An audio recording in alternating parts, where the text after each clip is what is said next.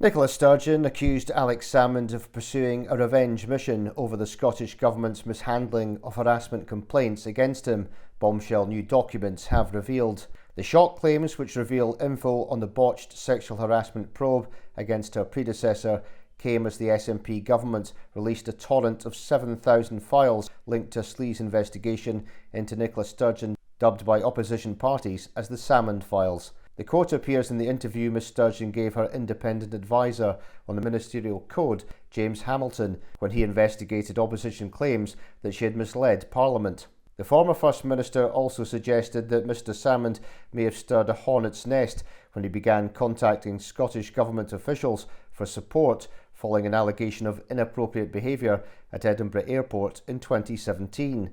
Transcripts from an interview with Mr Hamilton in February 2021, Ms Sturgeon said he initially seemed shaken by a Sky News query, which he denied. She said she had been told that Mr Salmond, his lawyers, or a bit of both, had contacted people in the government, effectively asking people that he had worked with or that might have been going with him through Edinburgh Airport to back him up. She said she was left with a lingering concern that her ex-mentor contacting people in the Scottish Government had appeared to almost stir something, adding a hornet's nest had been stirred kind of thing. Miss Sturgeon told Mr Hamilton, and then he said something to me about, you can't have stories like this running, you get one and the floodgates will open kind of thing, which he immediately qualified and said, oh no, that's not to say I think there is anything there. But it was just the combination of things that left me, is there something that is about to come forward about Mr Salmond's behaviour? Sturgeon said she did not think about such concerns every day, adding, but it was there at the back of my mind that I suppose is the backdrop to what unfolded at a later stage. The ex-First Minister also told Hamilton that she thought her predecessor was on a bit of a revenge mission. Mr Salmond, in his interview with Hamilton, said Ms Sturgeon's claim that she did not attempt to intervene in the harassment investigation was simply untrue. Meanwhile, the data dump also shows how Mr Hamilton feared his report into claims Nicola Sturgeon broke the ministerial code would be dishonest. The new released documents show the sleaze Watchdog threatened to drop his probe into the ex-First Minister's conduct following sexual harassment complaints against Mr Salmond, but he accused an uncooperative witness, whose identity is still being protected by SNP leader John Swinney, of putting their personal interest before government accountability. Included in the files is paperwork revealing the lawyer's frustration at differences over whether the unnamed individual named one of the former Nats leader's accusers at a meeting with Mr Salmond's Chief of Staff Jeff Aberdeen in March 2018. Mr Hamilton drafted a letter to Mr Swinney, who was overseeing the investigation, and insisted efforts to accurately document the meeting proved futile.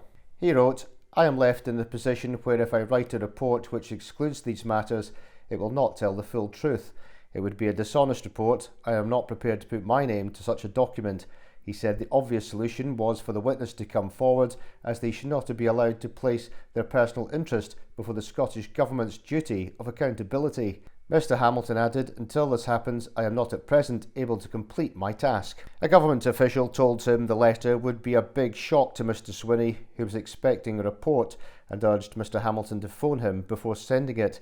The report was published in March 2021 with a cover letter explaining the redactions presented in an incomplete and even at times misleading version of what happened. Reacting to the files, Tory MSP Murdo Fraser said the SNP should not have been dragged kicking and screaming into finally agreeing to release these documents. This whole episode has smacked of nationalist secrecy from the start.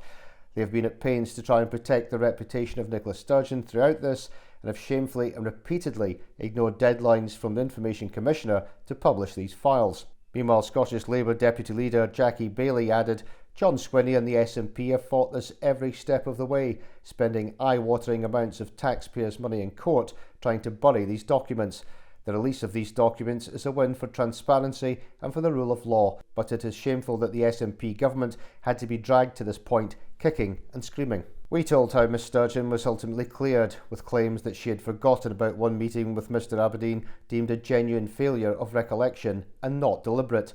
Mr Salmond, who died in 2024, was cleared of sexually assaulting 9 women in 2020, and he successfully sued the government in 2019 over its mishandling of complaints against him.